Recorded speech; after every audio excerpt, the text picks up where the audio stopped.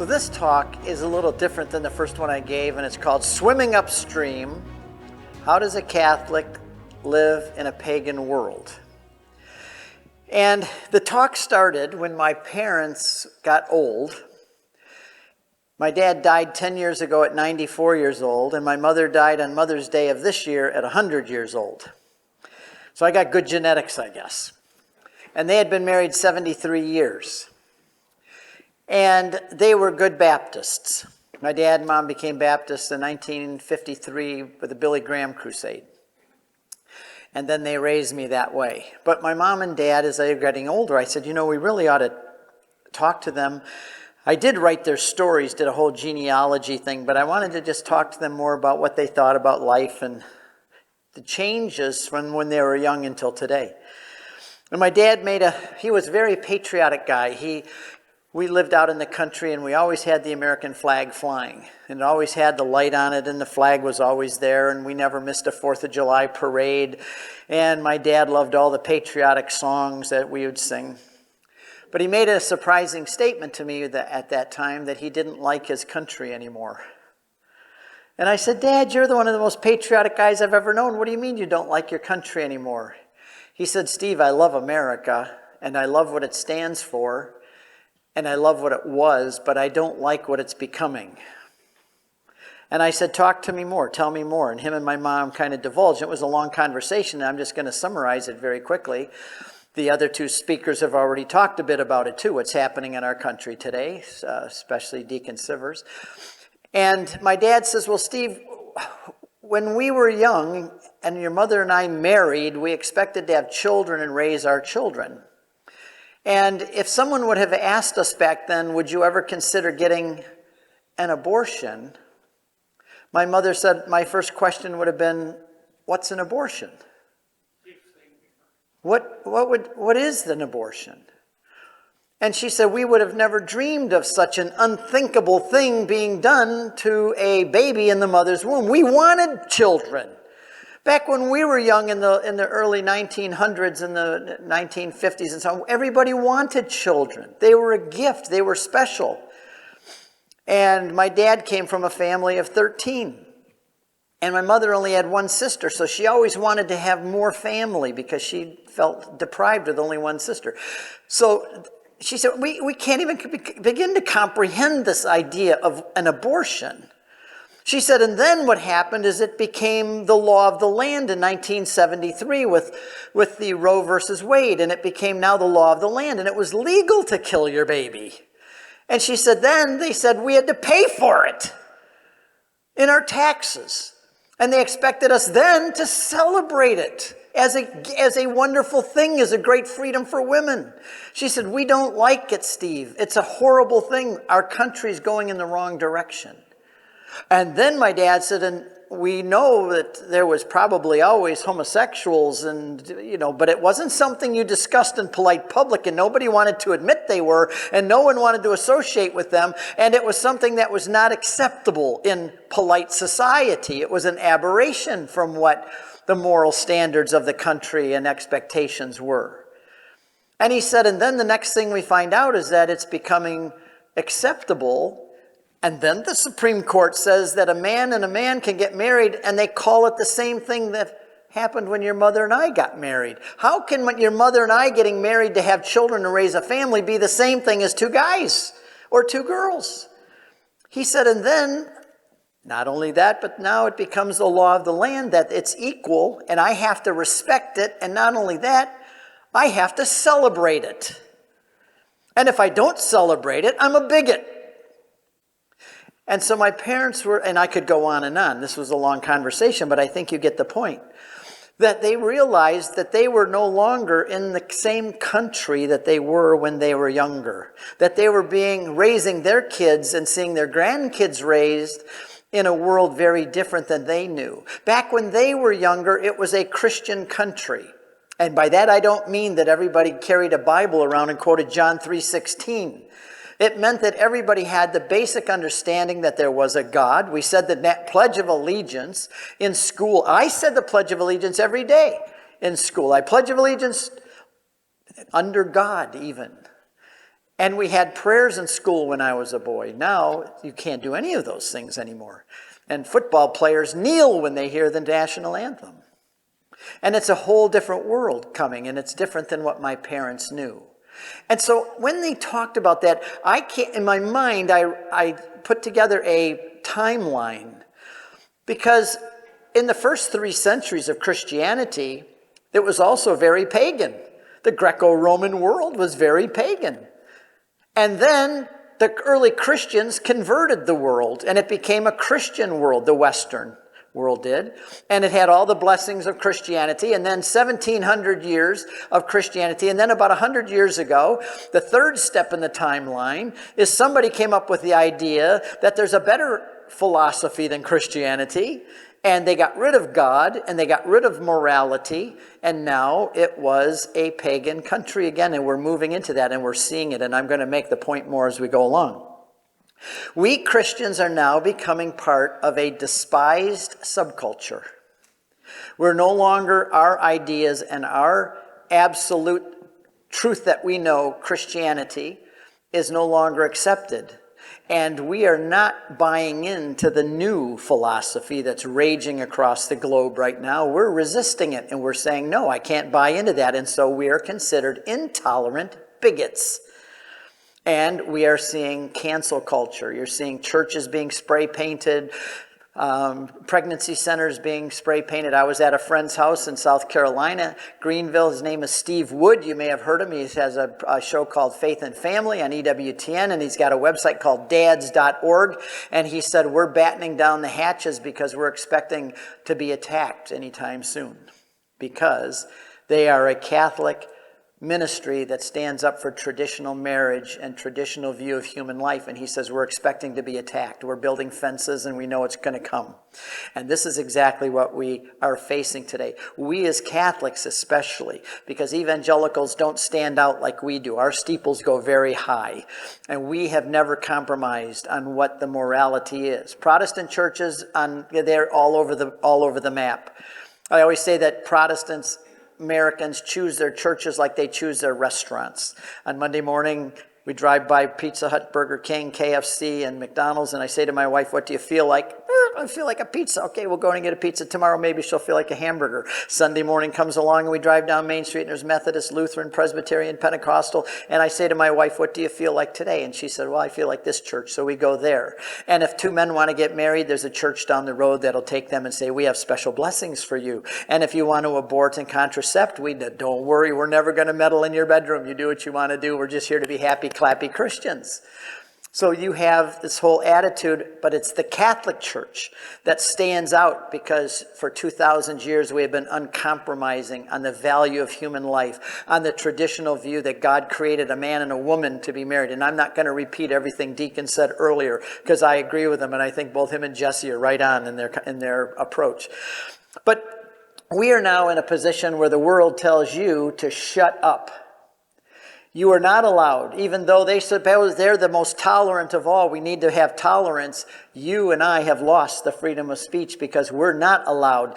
Keep your Christianity out of the marketplace. Keep your religion out of politics. Keep your religion out of the workplace. You can be a Christian in your men's groups and in your home and in your church, but when you step out of those places, shut up. And you know that's true, and it's getting worse and worse. Depends on what state you're in as well. But it's getting worse and worse. It's very difficult to be a Christian anywhere in the world today. Muslim countries are number one, the most dangerous, but communist countries too. Look at the masses of people in China that are being persecuted for being Christians, and atheistic country, and North Korea and all the others, and countries in Africa. Christians are being persecuted around the world. And I'm in the Middle East a lot, in the countries like Syria and Egypt and Jordan and Israel and those areas. Israel has freedom of religion, but everybody around them, it's very dangerous to be a Christian.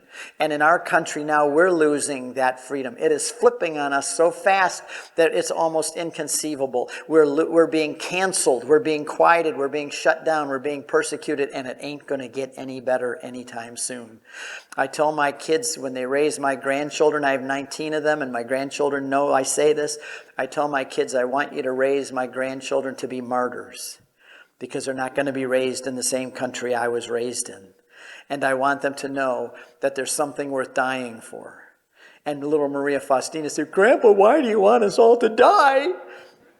I don't want you to die, Maria, but I want you to know there's something worth dying for. So in the parallels between, let me start out by this way. There's a lot of documents being written by the Vatican and bishops and synods about the new evangelization. Everybody's heard about it. The new evangelization. There's all these documents and books and synods and councils. How many of you have read all those? That's what I thought. Our bishop had written a document on the new evangelization, and I was at a men's conference just like this in Lansing, Michigan, and he was in the back. And I made the comment that all of those documents are unnecessary. I said, excuse me, Bishop, but they're all unnecessary. He was not amused, but he understood why I said it as we went along. I said, because people don't read them much, and we don't need to come up with a blueprint or reinvent the wheel as to how to convert a pagan country to Christ, because the early Christians did it. They were in a pagan Roman Empire that had many gods called polytheism. They had infanticide. They killed people. There was no value to human life. Half the people in Rome were slaves. They were purchased and owned. They had all kinds of paganism, infant sacrifices. I could go on. And yet those early Christians in 300 years, without Twitter and Facebook and CNN or Fox News or anything else, those early Christians, simple people, turned the whole world upside down for Jesus Christ in 300 short years. That's an amazing feat. With the powerful Roman armies and the powerful gods and all of the religions of Rome and all of these places, the early Christians quietly turned it upside down so that in 300 years Christianity became legal and then shortly after became the religion of the empire. These Christians lived in a similar situation to what we're living in now, and it's going to get worse here. So my proposal is how do we change our pagan culture? How do we live today as authentic Catholics in the midst of this culture that tells us to shut up or we're going to be persecuted? Very simply, we learn how to do it by going back and looking at how the very first Christians did it for 300 years. They had what was called polytheism. Many gods. Poly means many. Theos, God. And you go into the Pantheon today, one of the last of the great Roman buildings that's still standing there, but now it's a church. I love it.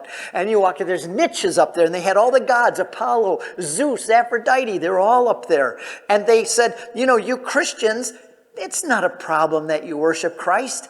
You just can't say he's the only one. And I'll tell you what we'll do. There's a niche that's open right there. We'll put Jesus in that niche. And you could come in and worship him with all the other gods. And then you'll be accepted in the Roman Empire. But the Christians said no.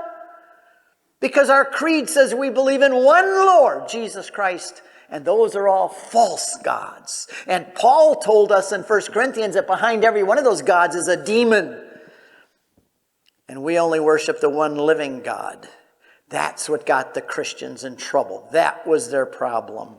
That's why they got persecuted. And you and I are going to be in the same situation when we're going to say that we still believe in one Lord, Jesus Christ. And he's the Lord of heaven and earth. So today we don't have polytheism by that name, but we have something that's similar called pluralism. And that doesn't mean, I'm not saying that we should be critical of other cultures and languages and ways of dress, but what my point is that we now have the idea that pluralism, every religion, every philosophy, every idea is equal to every other. And don't you dare say that you have the truth. Who are you, Catholics, to say that you have the truth and that you have a corner on the truth and that the other religions and philosophies and atheism and all these things are wrong? Who are you to say that? Don't you know that we live in a relativistic society and we have agreed that everybody has their own truth and there is no such thing as truth anymore? Truth is relative, and Pope Benedict said that we live under the tyranny of relativism because relativism becomes a tyranny. And that's what we're experiencing today. So in 300 years, the Christians did it. Now, how did they do this? They weren't able to build churches. These folks were simple people. They were not the wealthy. They were not the nobles. They were not the big politicians. In fact, Paul tells you who these simple people were that were able to turn the world upside down for Jesus Christ. Who were they? Paul writes in 1 Corinthians chapter 1, he says this, "Consider your call, brethren. Not many of you were wise according to worldly standards. Not many were powerful. Not many were of noble birth. But God chose what is foolish in the world to shame the wise, and God chose what is weak in the world to shame the strong. In other words, those early Christians were guys just like us. They were families just like us.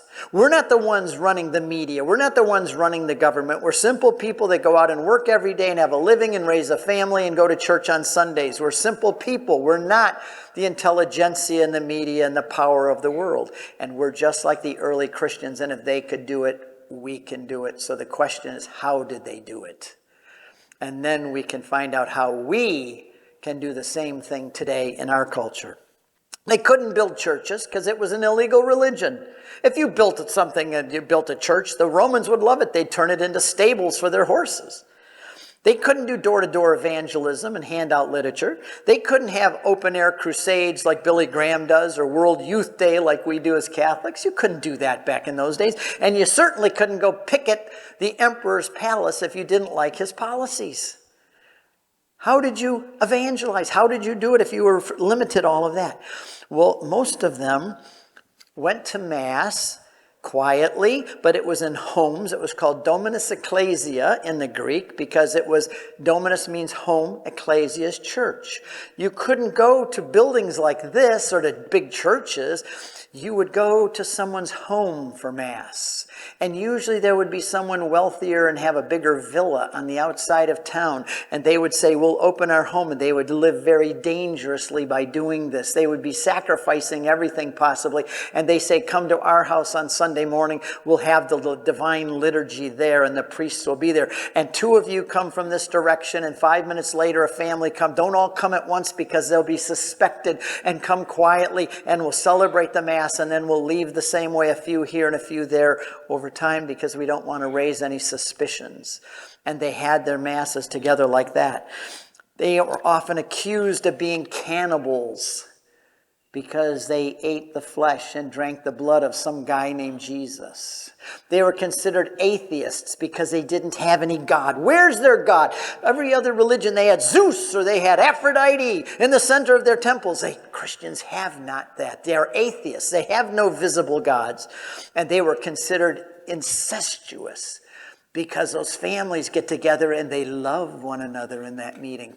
The Mass was secret back then. Nobody who was not initiated through baptism was allowed to come in. And so there was speculations that they were in there. They have the kiss. They kiss everyone during that meeting. And they love one another. Can you just imagine? Because they thought that we were doing the same thing they were doing in their religious situations.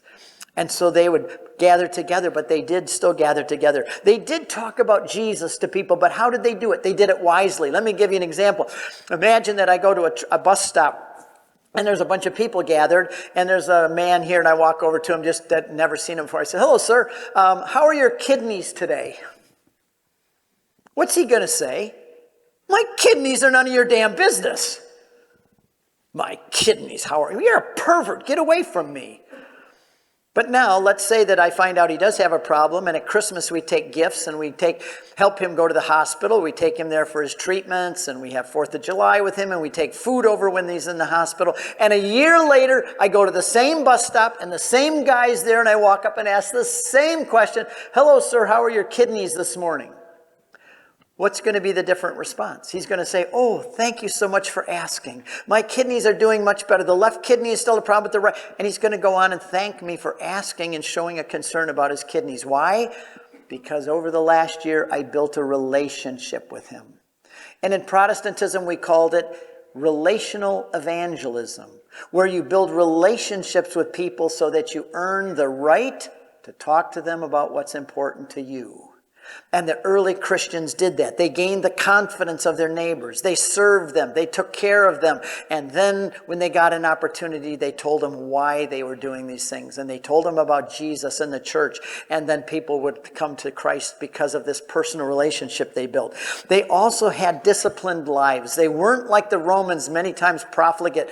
Paul said, many of you were like them. You were homosexual. You were carousing. You were drunk. You were having orgies. But now you are in Christ. The early Christians walked away from their wild, profligate, sinful lifestyle, and they began to live holy lives. And that was noticed by people. They also cared for the poor and the disadvantaged. Why? Because Christians had this idea that we were made in the image of God. Imagine that. God made us in his image. Therefore, he has his image stamped on every single one of our souls. We have an indelible mark of God on us, and our souls will live for eternity. When a child has a conception, the soul is given there by an act of God, and that person has an inestimable value, and they will live for all of eternity. So the Christians had a totally different view about the human person than the Romans and the Greeks did. So where you could have slaves and all of this, the Christians brought about a big change in that. The Christianity really changed the world when it began, when it brought Christianity after the first 300 years and it became legalized.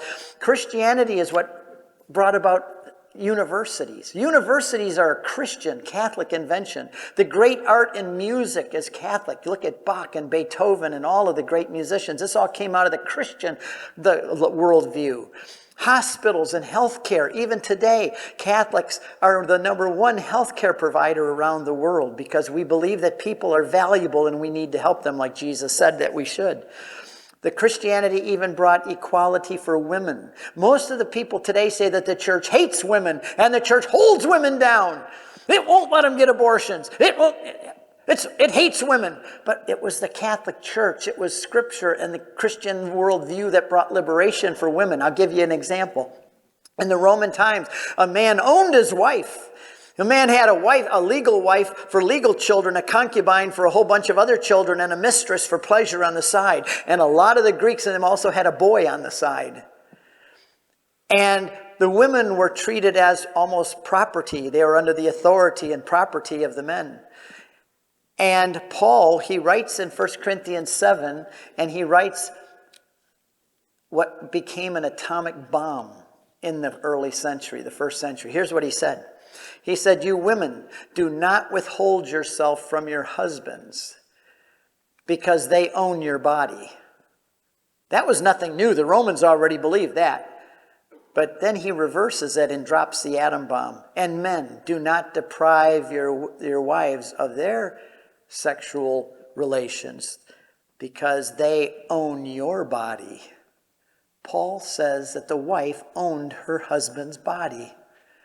Can you imagine the atomic bomb that was going off in the first century? And that bomb just continued to go until women were also considered, like Paul said, there is neither male nor female, neither slave nor free. We're all equal in Christ. That was a radical, radical change in culture and civilization when Paul sent that out and people began to be Christians and believe that. It didn't happen overnight, but Christianity revolutionized the world. And we in the West are still living with the capital that we earned as Christians. We're losing all of that freedoms now, but we're still living with the beauty of all of the things that Christianity brought. And the more you get away from Christianity, the less we'll have those beautiful things. They also believed that human life was of infinite value. So here's a letter that was written in the first century. A man was living in Rome. He went to Alexandria, Egypt, to find work. So he goes to Alexandria and he writes to his wife, "I am still in Alexandria. As soon as we receive our wages, I will send them to you. And if in the meantime, if by good fortune you give birth, if it's a boy, let it live. But if it's a girl, expose her." What does he mean, expose her? I'll read another quote. "When the Romans threw their unwanted newborn babies under the bridges, leaving the infants to be carried away by the wild dogs at night, the Christians waited in the shadows, took the children home and raised them as their own. And this testimony over a period of time won the hearts of many." They didn't have abortion like we do today with the stainless steel scalpels and the anesthesia and the things that we have today behind the walls of a Planned Parenthood or something. They would have to give birth to the baby usually, and then they would just infanticide. They'd throw it away under the bridges, especially the girls. People wanted boys. And the Christians would go save those babies because they said it doesn't matter if it's a girl or a boy. If it's a helpless infant, wanted or unwanted, the baby is made in the image of God and has such a value that we're going to raise them as our own.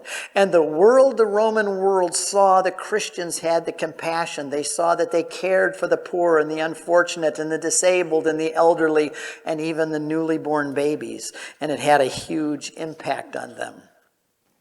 They realized that the Christians had something they didn't have. They knew their gods were mythical, but the Christians had a different way of life. I want to just talk about infant sacrifice, because cultures all through history have had human sacrifice and even infant sacrifice. And you think, well, that's way back then. Not so, even 500 years ago only. South of our borders here in Mexico, the Aztec Indians, a great and marvelous and huge civilization of the Aztecs that were around the area of Mexico City, just south of our border. They say that 1 out of 5 babies was used as an infant sacrifice. And when they built their temple, which is where Mexico City is today, and when I take my groups down there, I give this talk at the temple where they did this. They said that in the Aztec language themselves, they said their name of their god was the lover of hearts and the drinker of blood, literally. And when they dedicated their temple in the Aztecs in Mexico City, where it is today, they slaughtered and sacrificed 80,600 men, human beings, to dedicate their temple. And they ate their hearts and they drank their blood. And they did it from the top of the temple, and the blood was running down the steps to the ground below to satisfy the bloodlust of their god. This was just 500 years ago, but it's been taking place a lot in human history. There were gods in biblical times, and I'm just going to explain this to you if you doubt that our country is really a pagan country. We got rid of Roe versus Wade. Yes, that was 50 years after it was implemented, but that doesn't stop what's happening. Our state right now, Michigan, is a sample state of what's going to try to happen around the world, around our country. That one law that was a national law was brought down by the Supreme Court, but now there's 50 new laws that are being passed or tried to be passed in 50 states. There's a war now in every state in this country. My state of Michigan is on the leading edge of the worst of the worst. Our Governor Granholm is unbelievable. She says, we're going to fight like hell to keep abortion. Our bishop came out and says, we're going to fight like hell to defeat you. She won, though, and they passed a law. It didn't just get into a new law, but they actually amended the Michigan Constitution with Proposal 3 that said that a woman can abort her baby even up to the moment of birth, and that a boy can be turned into a girl and a girl can be turned into a boy at 10 years old without parental permission or knowledge. And then the small print, it's even worse. And do you think that's not going to make you and I in big trouble? What happens if a doctor says, I'm not going to operate on that boy to remove his penis? You're going to get fired. You're going to get canceled. You're going to get whatever, put in prison. Because now it's enshrined in the law. And if anybody opposes that, you are a bigot, you are a criminal, you have hate speech. And they're going to come after us. Our state is on the cutting edge of the worst of the worst. I'm ashamed to say. We did everything we could to fight it. But the wave of this atheism and secularism is very powerful today, and the news media is all behind it. So let's say back in the days and past days, there was a god called Moloch. And if you think this is a mythical god from the past, just go look on the internet and do a Moloch. He's coming back into vogue today in modern culture, in music and in other ways. Moloch, M-O-L-O-C-K-H. And Moloch was a big pot-belly stove god, huge, There's pictures you can see on the internet of what it's like. And in my movie, Elijah and Elisha, I talk all about this. And I show these gods that were there during the times of Israel.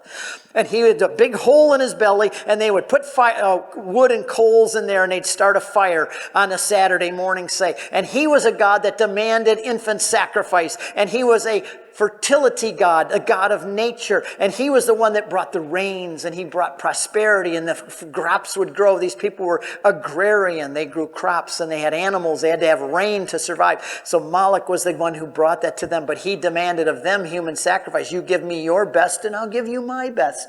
And so they'd gather together on Saturday morning, say, for the great feast and the great sacrifice to Moloch, and they would bring their babies. And Moloch had hands like this, and it was iron. And when they get the fire going inside, it was so hot that these will all be red hot. You know how it is when they do with the anvil, they make horseshoes or whatever.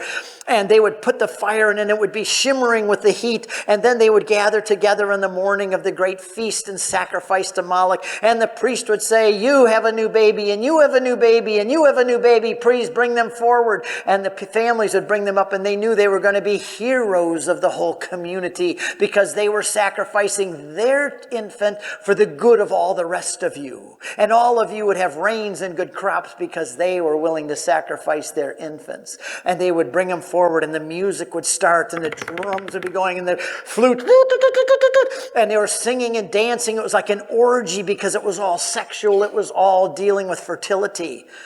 And don't think our culture isn't getting all about things below the belt as well. And then they'd bring the children, and the priest would lay the babies on the red hot, like a steak on a grill. And they'd push the baby, and he'd roll down into the belly, and you wouldn't even hear the baby scream because of the music going. And then when the babies were all incinerated, and the priest would step back and say, oh God, Moloch, we've given you our best. We pray now that you'd give us prosperity and rains and give us your best so that we'll be prosperous and happy for the coming year. Isn't that disgusting? And yet in America, we still worship the same God, Moloch. We've just given him a new name. His name is now abortion. And we Americans, not you, but many Americans, it is their high and holy sacrament. They will never give it up because for the secularist, it is their high and holy sacrament. And they offer their babies to the god abortion so that they can have more prosperity, so that they don't have to have the cost of another child to feed. Or maybe they just don't want to admit they made a mistake in the back seat of the van 6 months ago. And our country is every bit as pagan as the cities and the countries of old. In early Christianity, the Christians suffered under these kind of conditions, just like we're going to suffer under them as well. Jesus said when he went up into heaven, you will be my witnesses. Remember that? Do you know what the word witness is in Greek? It is martus. What English word do you think we get from martus? Martyr. Jesus said, you will be my martus. The Catechism says some of us will be witnesses with our lips and some will be witnesses with our blood. When I get a chance to talk to seminarians, and I often do, especially in the Philippines and India, I've talked to hundreds of them at one time. I said to these young guys, don't think that you're coming to be a priest in order to have a career. This isn't a career, it's a love affair with the bride of Christ. And if you think that you're going to have a cozy life being a priest, think again, because it's going to be very dangerous to be a priest no matter where you become a priest in the world. And when that bishop puts the oil on your forehead, this doesn't just apply for India and the Philippines, it applies here too. When the priest puts that oil on your forehead and ordains you a priest, he's also going to paint a bullseye on your chest, and you're going to become a target. And all of those young guys, I said, so if you're cowards, get up and leave now. And those young men all stood up as one and said, we're going nowhere. And I loved those guys. My grandson just went 2 weeks ago to a vocation weekend to discern the priesthood. He thinks he wants to be a priest. And I told him, it's a dangerous career. By the way, if you think of his name as Damien, he's got something autoimmune thing in his eye, and it looks like he's going to lose the vision of his eye and maybe the second one even too. He's only 18 years old, a handsome, beautiful young man who wants to be a priest. So pray for him. His name is Damien. Tertullian was an early Latin Christian theologian around 300 or so. And Tertullian made a very interesting comment. He said the blood of the martyrs is the seed of the church. The blood of the martyrs is the seed of the church. When the Romans brought the Christians in to persecute them and to kill them, they brought them into the arenas. The arena in Latin means sand. They would bring them in, they have white sand, and they would kill the Christians, and the blood would go into the sand, and everybody would go, more, because it was so dramatic. And it was like, kill them more. And Tertullian says, you bring us in and kill us in your arenas, but for every drop of blood that hits the ground, 10 more Christians will grow up out of the seed you just planted. It seems counterintuitive, because if I said I'm going to come here to Salem and we're going to start a new club, and there's going to be a great club, but I guarantee that within 5 years, most of you will be killed for being a member of the club. How many of you are going to join that stupid club? And yet, that's what happened with this club. The new club called Christianity in the Catholic Church, the more people that were killed, the more the Romans joined, because the Romans knew their gods were mythical, and they couldn't understand why Christians could die like that as martyrs. All they had to do was deny Christ, and they could walk away, but they didn't. And so St. Augustine also says, the earth has been filled with the blood of the martyrs as with seed, and from that seed has sprung the crops of the church. The martyrs have preached Christ's cause more effectively when dead than when they were alive. They assert it today. They preach him today. Their tongues are silent, but their deeds echo around the world. They were arrested, bound in prison, brought to trial, tortured, burned at the stake, stoned to death, run through with swords, fed to the wild beasts and all kinds of death. They were jeered as worthless. But when their blood hit the ground, it was the seed for more Christians to grow up. Justin Martyr, he was a philosopher, a pagan philosopher. He wore the philosopher's pallium around the Roman Empire. And he became a Christian, Justin Martyr. Martyr's not his last name. It gives you a hint of how he died. And Justin Martyr said that one of the reasons he became a Christian is because he watched the Christians die. And he said, we Romans die very poorly. We scream, we curse, we try to avoid it. But the Christians, they pray hymns and sing hymns to their God. They take care of each other, and they refuse to deny their Christ. They must know something we don't know. They have something we don't have. Our gods are mythical. They must know something, because they're really ready to, even under terrible conditions and persecution, they're ready to live for Christ. Not only that, they believe it to be so true, they're even willing to die for it, because they know they're going to be raised from the dead at the end. They have a belief in the resurrection. The early Christians had a different way of life. Now I'm going to put you in a position where I want to see how you would act in those first centuries when you saw other Christians die. Imagine now this room is full of Roman soldiers, and they're surrounding this room, and no one's going to leave because they've got their swords drawn at every door. And I am the emperor, I'm the centurion Licinius, and I come up and I say, gentlemen, we have a problem today. Because the city walls have been broken down, and the enemies have been terrorizing us and robbing our country. There were no rains for a year. There's been no crops for a year. And we were at the city council trying to figure out why these things are happening. And we realized it's because Zeus is angry. Zeus is the king of all the gods. And he's the one that blesses our land with rain, and he's the one that protects our city walls. And all of these catastrophes are happening. Why has Zeus allowed this to happen? And we realized it's because guys like you have dissed him. How many of you were at the Zeus festival in July? See, because you didn't show up because you said Zeus is no god. Zeus is a false god, a demon even. And you worship this other, what you call him, Christos? You think you're Christians? So I am here today to rectify the situation. The magnanimity of Rome. What we're going to do today is appease Zeus. So what I'm going to do now is I'm going to put a altar to Zeus here, a statue. And there's going to be coals, and I have incense here. All you have to do is come up and take a bit of the incense and pinch it and put it in the fire. The smoke will go up, and Zeus will see that you have now brought back your loyalties to him.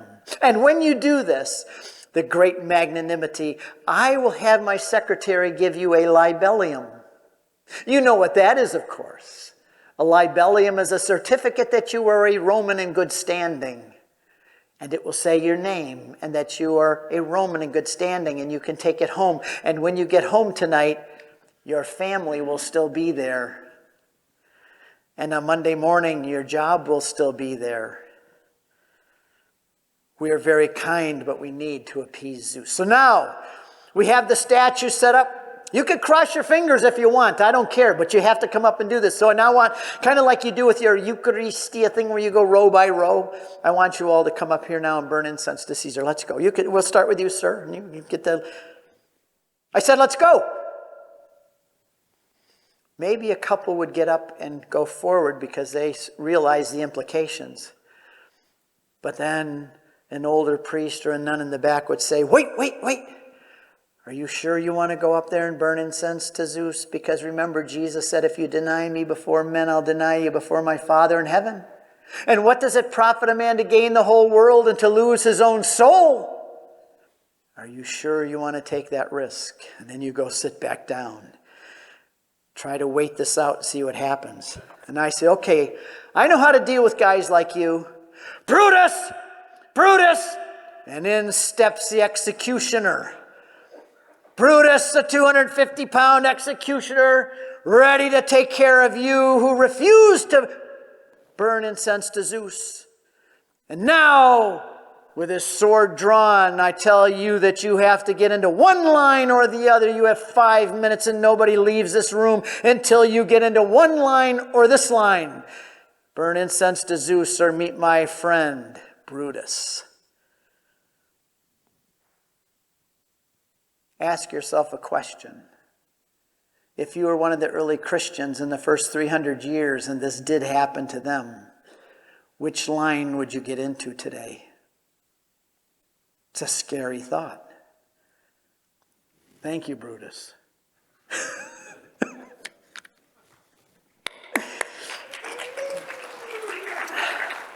I gave this talk last night at the church, and he heard it, and he said, I'm bringing my sword tomorrow.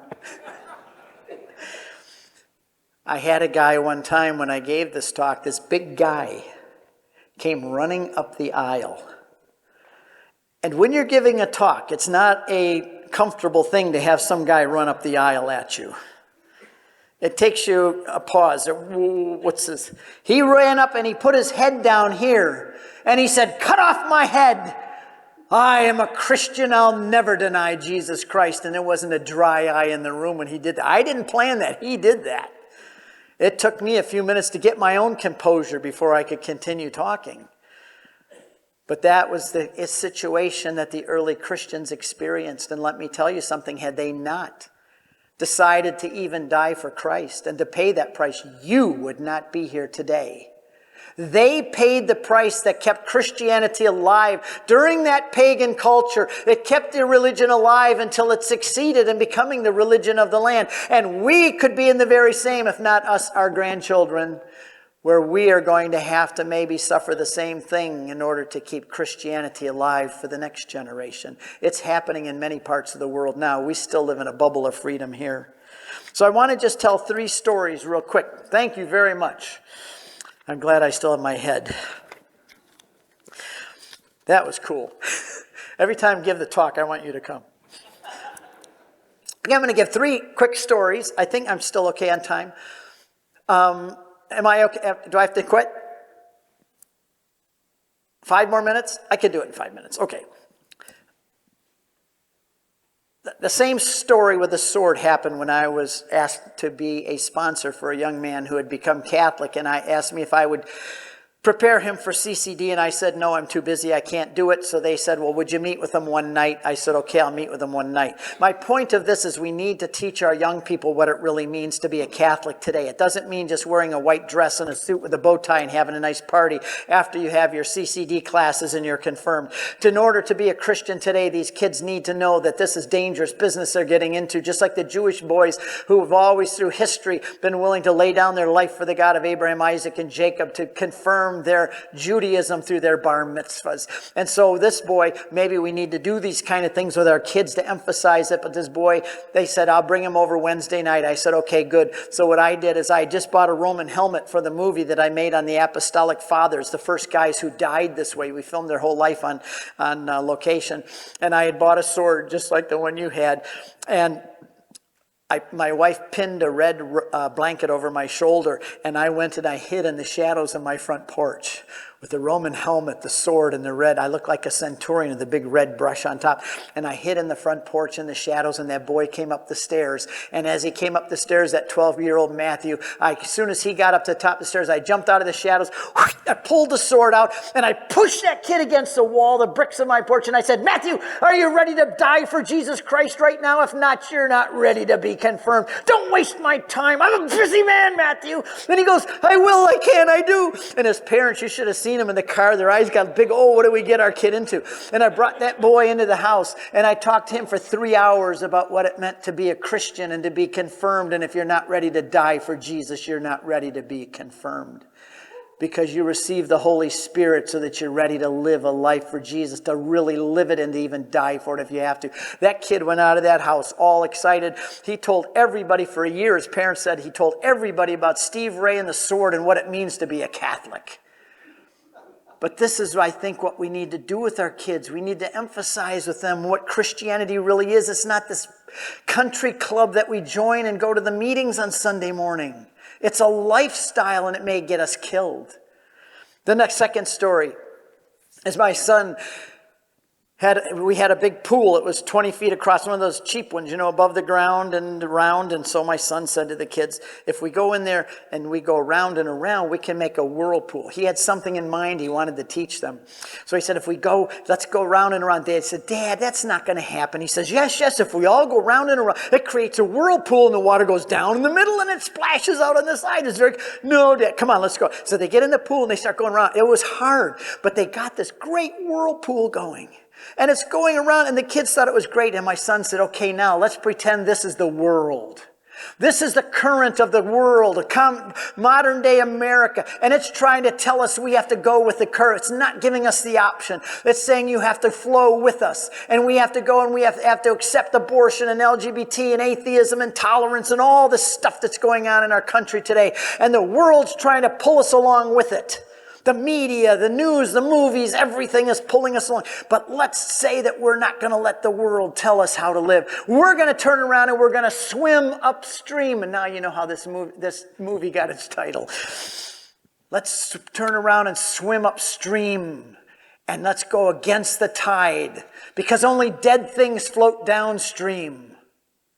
So they all turned around and they started going the other way, and it was hard. This was a great whirlpool going, and there was a lot of motion, and the kids had it almost impossible. They were hanging on, trying to pull, and it was hard. And little Sammy said, I can't go anymore. I'm tired. And Maria Faustina said, swim, Sammy, swim. You don't want to go to hell, Sammy. Keep swimming. And they got that thing going after a while, going the other way. And my son said, see, guys, if we work hard enough and if we go against the stream and we really fight and we really believe and we start going against the current of the modern culture, we can turn it around. And I give this talk all over, challenging men and everybody else. I can't do it myself, but if all of us start going in that pool and swimming against it and going counterculture and being vocal about it and doing what we can do in our own realm of influence, we too can turn the world around, and that's the new evangelization. It's not reading documents. It's really, really living for Jesus Christ. The last story is I realized that I have to talk to people. I have to present this to people. I can't just be silent in my own little protected world and be canceled by my own choice. And I was laying in bed and I thought of the day the judgment comes and I stand before God and I hear my name and I step into the throne room and there's God and he says, Steve Ray, let's see if your name is in the book of life. Ah, yes, R-A-Y, here you are. Welcome into the joy of the Lord, thou good and faithful servant. And these angels open the door over here and they come out to greet me and I hear smells and sounds and music from the doorway. I can't believe. And I'm so happy. I start going with them, but then I hear Jim Smith. And that's the next guy called to be judged by God. And I say, wait a minute. To the angels, just a minute. That's my friend, Jim Smith. He sat next to me at the cubicle at work for 30 years. I know this guy. We had 4th of July together every year, and we did things as a family. And so Jim Smith comes out, and I'm all excited to see what happens to Jim. And God says, let's see if your name's in the book of life.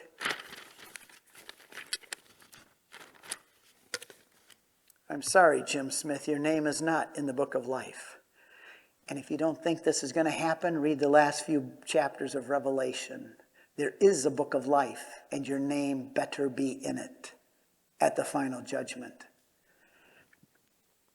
And angels from this side, creatures with hooks on their wings, horrendous beings, start to take my friend Jim over to this door. And Jim sees that he's going into a horrible place, and he sees where I'm going. He says, wait a minute. Steve Ray, why are you going in that door and I'm going in this door? I said, well, Jim, it's because I was a Christian. I gave my life to Jesus Christ. I was baptized, confirmed. I lived for Jesus. And when I sinned, I went to confession. I got it right. And I lived a faith in Christ. And he says, wait a minute. You mean you knew all of this and you never told me? You sat with me for 30 years and you never told me about this? And I said, Jim, I didn't want to impose my morality on you. I didn't want to insult your intelligence and think I could impose my views on you. I was being politically correct. I was being ecumenically sensitive. And Jim says, I can't believe that you say you're my friend and you never told me about this. And the last words I'm going to hear from my word Jim is, damn you, Steve Ray. And I've committed my life, and our family has, that no one's going to say, damn you, Steve Ray, at the end of time. I may do it well or not so well, but I am going to be a person who talks about Jesus and his church to people whenever I can. Nobody's going to tell me to shut up. I'm a Christian and I still live in a land with free speech. And I'm going to use it. And if we don't use it, we're going to lose it. I wear this cross everywhere, not because I wear jewelry. I'm not a jewelry kind of guy. But I wear it because every day it starts a conversation. It's a way that I can talk to people. I made up my mind that I'm going to talk to 3 people every day about Jesus one way or another, even if it's just to say something or do something. Like I was in the airport and there's kids behind me with a family, and I hate being in a line. I like being first. I heard the kids squabbling and I bit my tongue and went totally contrary to my personality. I says, ma'am, would you and your family like to get up first? I'll get behind you. And she said, oh, thank you so much. And I held up my cross and I said, if I don't practice it, I shouldn't wear it. She said, thank you very much. And she went away with a very good thought of Christians in her mind. No one's going to, in any time soon, condemn Christians in her view, because she heard as a young atheist at the airport. Most of my stories are at airports. He was a 30-some-year-old, and he came up and said, oh, that's beautiful. I said, well, thank you. This is my standard reply. Thank you very much. I wear it proudly as a Catholic. He said, oh, so you believe it? I said, yes, I believe it enough to die for it. And he goes, well, I get it. And he walked away.